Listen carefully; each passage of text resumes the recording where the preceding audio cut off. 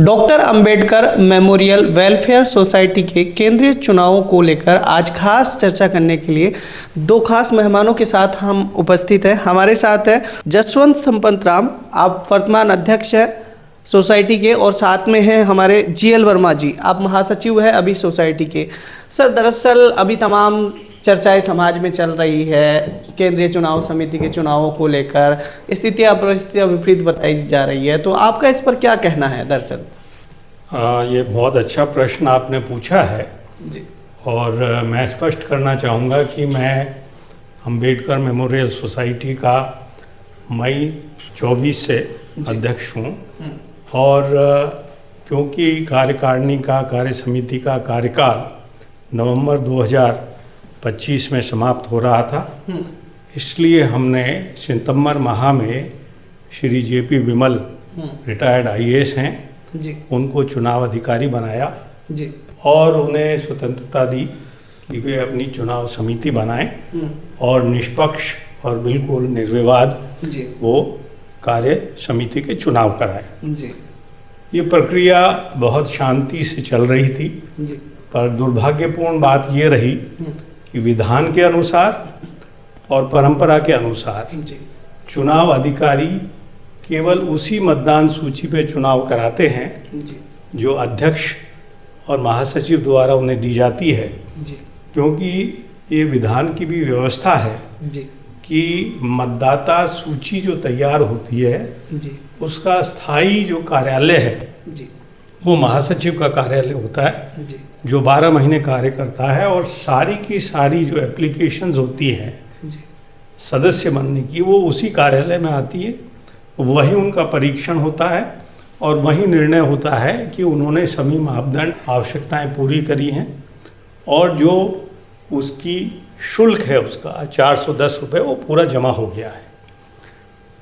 इस तरह की सूची हमने उन्हें प्रेषित की थी, और सूची में क्योंकि 2022 में बहुत बड़ी संख्या में करीब 11,630 सदस्य बनाए गए थे जिन्होंने अपना पूर्ण शुल्क जमा नहीं कराया था और जिनके डॉक्यूमेंट्स भी कंप्लीट नहीं थे, और कई ऐसे भी प्रकरण थे जहां यह भी निश्चित नहीं था कि वो समाज के लोग हैं। तो इन नामों को हटाकर हमने विधिवत सूची श्री विमल को प्रेषित की थी। अनफॉर्चुनेटली उनका कार्य क्षेत्र नहीं था और उनका अधिकार क्षेत्र नहीं था, फिर भी उन्होंने बहुत जल्दबाजी में पक्षपातपूर्ण तरीके से, बिना कोई आधार होते हुए, बिना कोई प्रोसीजर फॉलो किए, बिना कोई कमेटी बनाए, बिना कोई जांच किए, ये 11,630 सदस्य उन्होंने जोड़े। जी, इस विषय में हमने पत्र लिखे, स्पष्टीकरण चाहा, जानकारी चाही कि इसका आधार क्या है। उन्होंने कोई जवाब नहीं दिया और बाद में उन्होंने हमारे पत्रों को रिसीव करना भी बंद कर दिया। ऐसी हालात में कार्यकारिणी की बैठक हुई और उसमें यूनैनिमसली ये फैसला हुआ कि ये चुनाव निष्पक्ष तरीके से नहीं कराए जा रहे हैं, अधिकारों के बियॉन्ड वो जा रहे हैं, पक्षपातपूर्ण तरीके से काम कर रहे हैं, और उन्हें हटाने का निर्णय लिया। और हमने उनको 30 नवंबर को हटा दिया और जो चुनाव समिति थी उसको भंग कर दिया, और नए चुनाव अधिकारी हैं छगन बेनीवाल, उनको हमने जो है नियुक्त किया, जो आज भी कार्य कर रहे हैं।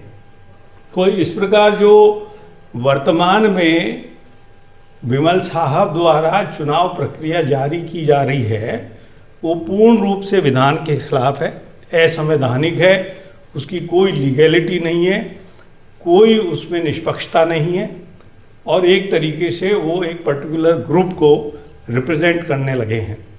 और इस विषय में हमने बहुत स्पष्ट आदेश भी निकाले हैं कि ये चुनाव मान्य नहीं है, इनका किसी भी प्रकार से कोई लीगैलिटी नहीं है, और हमने सारे हमारे जिला अध्यक्ष हैं, यूनिट्स हैं, उनको इस बारे में सूचित भी कर दिया है कि इन चुनावों का बहिष्कार करना चाहिए, इनमें पार्टिसिपेट नहीं करना चाहिए, और इस तरह के चुनाव में यदि कोई पार्टिसिपेट करता है और उसमें किसी प्रकार की अनहोनी होती है, अशांति होती है, तो इसकी हमारी कोई जिम्मेदारी नहीं होगी। हमने ये भी पूरे समाज को और यूनिट्स को बता दिया है कि इस चुनाव प्रक्रिया के माध्यम से कोई भी व्यक्ति या तो निर्विरोध विजयी हुआ है या आगे चुन के आता है तो उसका कोई लीगल स्टेटस नहीं है जी। हम उन्हें किसी भी पद के लिए विजयी नहीं मानेंगे क्योंकि चुनाव ये वैध नहीं है जी। इस विषय में इन्होंने कुछ वाद भी किए हैं जी। और वहाँ भी आज तक उनको किसी तरह की राहत नहीं मिली है। हमारे आदेश हैं जी। वो सभी स्टैंड करते हैं, जुडिशियल स्क्रूटनी में उनको सही पाया गया है जी। और इनकी प्रेयर्स को अभी तक कोई एक्सेप्ट नहीं किया गया है। सामाजिक स्तर पर बात करें, इस तरह की गुटबाजी कोई सामाजिक संस्था में चलती है, ये कहाँ तक न्यायोचित है? तो किस तरह से हम बात करें आगामी चुनावों के लिए, तो क्या राय देना चाहेंगे कि चुनाव में पारदर्शिता किस तरह से रखी जाए, क्या मापदंड तय किए जाए? आपका इस पर क्या व्यक्तिगत मत है? देखो, आप जो बात कह रहे हैं वो बिल्कुल सही है। संस्थाओं के चुनाव हैं वो बहुत साफ सुथरे तरीके से निर्विवाद निष्पक्षता के साथ होने चाहिए जी। और इसीलिए आवश्यक है कि ये विधान के अनुरूप हों जी। और विधान ये स्पष्ट कहता है कि मतदाता सूचियां जो हैं जी।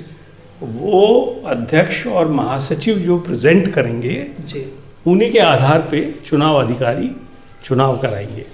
तो इसमें बहुत बेहतर और अच्छा होता कि ये जो 11,630 मतदाता हैं जिनका आज तक शुल्क जमा नहीं हुआ है और कोई जानकारी नहीं है कौन लोग हैं, हमने इनको हटाया। उस समय सभी जगह हमने पब्लिकली रिक्वेस्ट किया कि यदि कोई सदस्य है जिसने अपने 410 रुपये जमा कराए हैं और जिसके पास वैलिड रसीद है कि मैंने जमा कराए हैं, जी। जी। वो अपने डॉक्यूमेंट्स प्रेजेंट करे और हम उनको कंसिडर करके सदस्य बनाएंगे।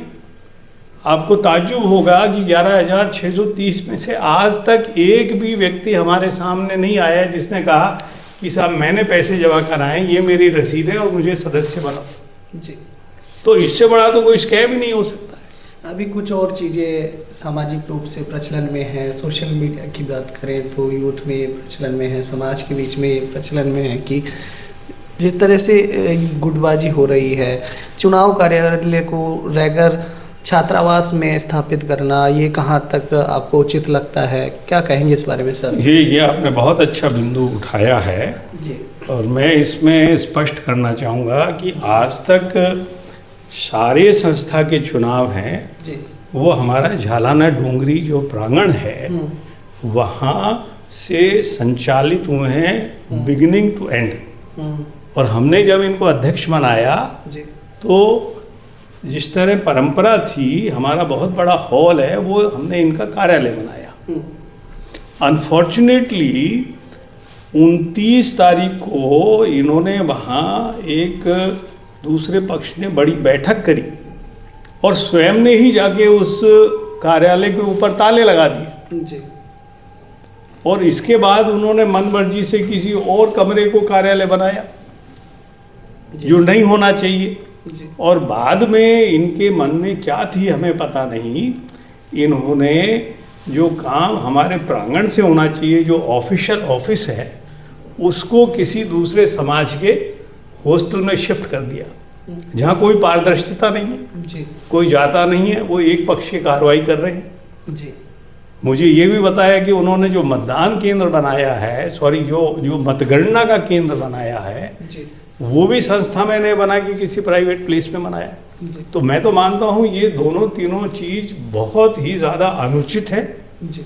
और इस तरह की व्यवस्था में हम कभी नहीं कह सकते कि ये चुनाव जो हैं ये बिल्कुल पारदर्शिता के साथ हो रहे हैं, निष्पक्ष हो रहे हैं, निर्विवाद हो रहे हैं। तो मैं तो यही चाहता हूँ कि उनको जो ऑफिशियल इसका कार्यालय था जी। वहाँ आके कार्य करना चाहिए था, सबके सामने करना चाहिए था। वो संस्था पूरे समाज की है, सदा अवेलेबल है चुनाव के लिए। ताले ही इन्होंने लगाए, आना ही इन्होंने बंद कर दिया क्योंकि वो एक तरफ अलग बैठ के कुछ इस तरह काम करना चाहते थे ताकि किसी और की नज़र नहीं हो, किसी की और की जानकारी में नहीं हो। जी। जिल साहब, आपसे भी जानना चाहेंगे कि जिस तरह से अंबेडकर वेलफेयर सोसाइटी समाज में दलित शोषित वर्ग के लिए काम करती है, जिस तरह से अंबेडकर साहब जो कि पूरे भारतवर्ष के लिए एक बहुत बड़ी प्रेरणा है, तो कैसे समाज में एकरूपता लाए, कैसे सबको एक पटल पर लाया जाए और कैसे ये भ्रांतियाँ दूर की जा सकती है? देखिए, हमारे जो अध्यक्ष थे, पूर्व अध्यक्ष डॉक्टर विपक्ष मेहड़ा साहब, उन्होंने 2 अप्रैल 2023 को महापंचायत का आयोजित किया था। उसमें अनुसूचित जाति ही नहीं, अनुसूचित जनजाति के भी व्यक्तियों को शामिल किया था और दोनों वर्ग मिलाकर लगभग 1/3 करीब 33% पॉपुलेशन है राजस्थान में और उनकी लाखों की संख्या में जो है लोग यहाँ पे जयपुर में एकत्रित हुए थे महापंचायत में जी। तो ये जो इसका संस्था का जो काम था सबको संगठित करने का और अपना जो है सरकार के समक्ष अपने मुद्दे पेश करने का, वो बहुत ही अच्छे रूप में मेहड़ा साहब ने चुनाव जीतने के 6 महीने के अंदर ही जो सबसे बड़ा काम आज तक सदियों में जो नहीं हुआ है वो किया कि लाखों की संख्या में लोग पूरे राजस्थान से आए। लेकिन मंच पर एक व्यक्ति ने, जो कैबिनेट मिनिस्टर थे गोविंद मेघवाल जी, और उस मास पंचायत में जो प्रोटोकॉल होता है उसके हिसाब से नंबर 1 व्यक्ति थे, उनको 2-3 मिनट में ही बोलने से रोक दिया और रोकने का तरीका भी इतना गलत था कि वो पूरा वायरल हुआ और वो महापंचायत फेल कर दी गई। अपनी जो है मनमर्जी के कारण कुछ भी करते हैं। आप सोचिए कि जो है ना, जो 4-5 लाख लोग आए थे पूरे राजस्थान से, वो उसी टाइम उठ के चल दिए और उस महापंचायत का कोई नतीजा नहीं हुआ। इसलिए कुछ लोग जो संस्था में बैठे होते हैं उनको काम करने नहीं देते हैं। तो आपका कहना है कि काम के लिए जिम्मेदारी तय करनी होगी? जिम्मेदारी तो है ही, जिम्मेदारी तो निभाते हैं, लेकिन कुछ लोग काम नहीं करने देते हैं जी। मैं आपको बताऊं कि जो है कहाँ तक गिर सकते हैं लोग। 30 मई 2024 को रात को हमारे झालाना डूंगरी में जो हॉस्टल बिल्डिंग है ए ब्लॉक, उसमें सीसीटीवी कैमरे तुड़वाए गए, पानी की लाइनें तुड़वाई गई, बिजली की लाइटें तुड़वाई गई, बोरिंग मशीन तुड़वाई गई, मोटरसाइकिलें तुड़वाई गई जी। आप सोचिए कि क्या क्या करते हैं लोग जी। और किसी को फेल करने के लिए जो है जी कि ऐसा कर दें। और 2 साल से संस्था के खाते बंद करवा रखे हैं। बंद नहीं है, लेकिन क्योंकि कोषाध्यक्ष महोदय अपने मन मर्जी से जिसको चाहते हैं चेक देते हैं, जिसको नहीं देते हैं। संस्था बहुत अच्छे काम करना चाहती है। आप देखिए कि वहाँ जो गरीब बच्चों से जो थोड़ा बहुत फीस लिया जाता है जी, तो उनकी सिक्योरिटी राशि और उनसे जो डेवलपमेंट फीस ली जाती है वो करीब 7 लाख रुपए हमारे कोषाध्यक्ष श्री दयानंद सकरवाल जी जो छात्रावास का अकाउंट है उसमें से लेकर दूसरे अकाउंट में, मुख्य अकाउंट में ले गए और वहाँ से दूसरे काम में खर्च कर दिया जी। तो ये जो हमारे चुन के आए हुए प्रतिनिधि जब ऐसे काम करेंगे कि गरीब छात्रों के पैसे दूसरी जगह खर्च कर दें तो आप सोच सकते हैं कि जो है ना क्या विजन होगा इनका। जी, हम बात करें जिस तरह से और भी काफ़ी चर्चाएं चल रही है समाज में, जिस तरह से बात करें कि 4 जनवरी को चुनाव होने हैं, नहीं होने हैं, कुछ लोगों ने नामांकन भर दिया है, कुछ भरने वाले हैं, तो ये क्या, इन चीज़ों पर क्या प्रकाश डालना चाहेंगे? देखिए, जो बात है चुनाव की, तो श्री जेपी विमल को हमने चुनाव अधिकारी बनाया था। उसके बाद में उनके अवैधानिक गतिविधियों के कारण बहुत ही स्पष्ट आदेश जारी करके हमने उनको चुनाव अधिकारी के पद से हटाया था और श्री छगन बेनीवाल जी को चुनाव अधिकारी हमने बनाया था, जो कि आज भी कार्यरत हैं।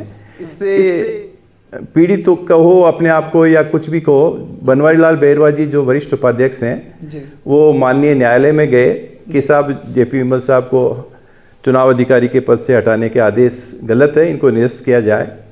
तो करीब लगभग 1 महीना होने को आया है, न्यायालय ने हमारा कोई भी आदेश निरस्त नहीं किया है और क्योंकि वो आदेश प्रभावी है इसीलिए जो है श्री बनवारी लाल बैरवा जी वहाँ गए थे न्यायालय में।